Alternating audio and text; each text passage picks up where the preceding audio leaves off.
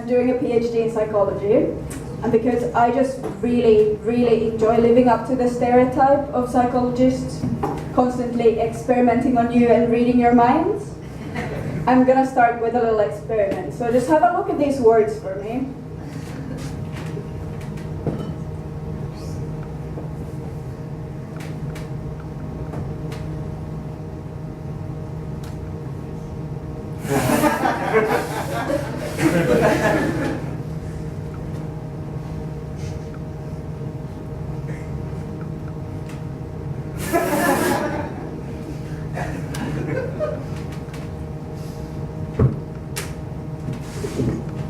Right, so now you're probably all thinking, why the fuck is she showing us such rude language?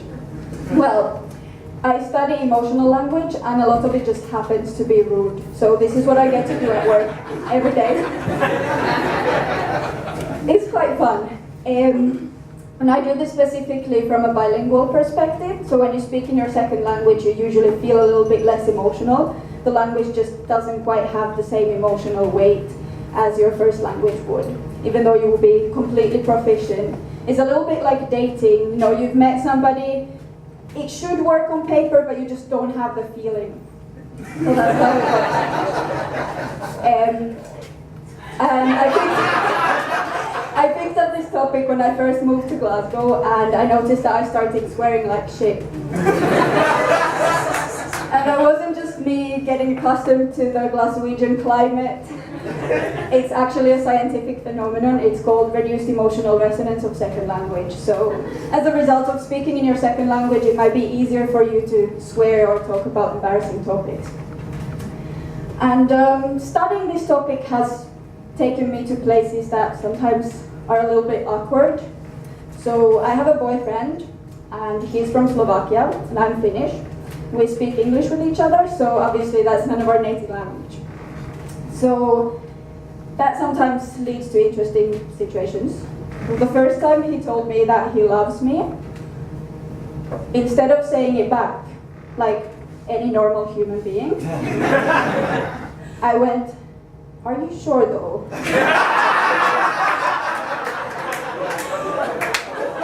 Are you not just saying this because it's easier for you to say this in English? On a scale from 1 to 10, how emotional do you feel right now? And would you actually mind going back to the lab and doing this again? So I can measure how it works. I'm kind of surprised that we're still together after all this. Right, so recently I visited a lab in Boston to learn this methodology called skin conductance measurement. Basically how it works is you have these two sensors that you put on the fingers, and the machine shows how much electricity flows through your body. So when you get excited, when you get emotional, more electricity flows through your body. And when you're calm, you conduct less electricity. So I had my experiment all set up, all these lovely materials, and I decided to test it on myself, like all good scientists do. So I hooked myself up on the sensors, and I see all these words coming on the screen, and nothing happens. My signal is just completely flat.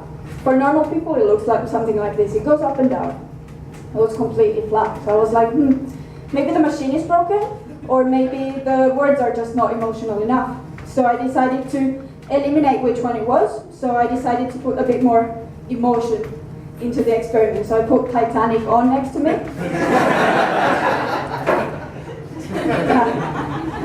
Not even at the end.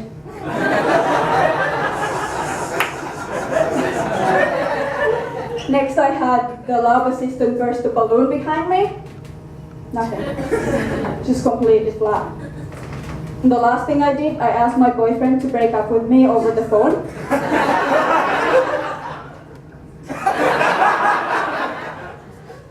That one was a bit hard to explain. It was like, yeah, honey, sorry, it was just for science. It's okay, it's okay. So yeah, now I'm kind of stuck in this strange Westworld kind of scenario where I'm not sure if I've been replaced with a robot. But I'm sort of okay with that. I just wish they'd made me a little bit more efficient, or golden, or given me the ability to transform into a car. Right, so when you have the machine, you've got the sensors. For some of the sensors, you need this gel so that you get a better signal. And my supervisor there, she asked me to go buy this gel. She told me, go to the pharmacy and buy some KY jelly. Now, if there's anybody in the audience who is as innocent as I was prior to this incident, KY jelly is a personal lubricant. Not knowing this, I go to the pharmacy, I walk around looking for this magical jelly.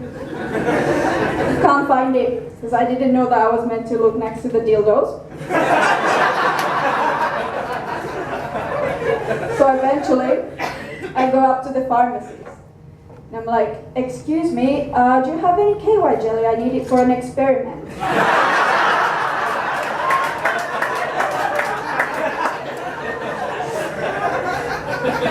And he looks at me a little bit funny, and I'm like, maybe this is just American customer service?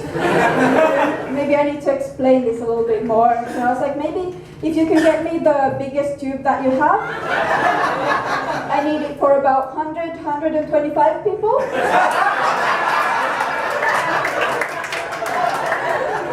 And he starts turning red. I'm like, okay, so I've got these two sensors that go up, and he's like, no. I'll go get it for you now. And he comes back with this massive tube, pink and black, with the words pleasure and intimacy on it. And that's when I realized. And I was so embarrassed I actually bought it. And then I go back to the lab and found out from my supervisor that we don't actually need the jelly. So now, if anybody needs any KY jelly for experiments, please let me know. Thank you.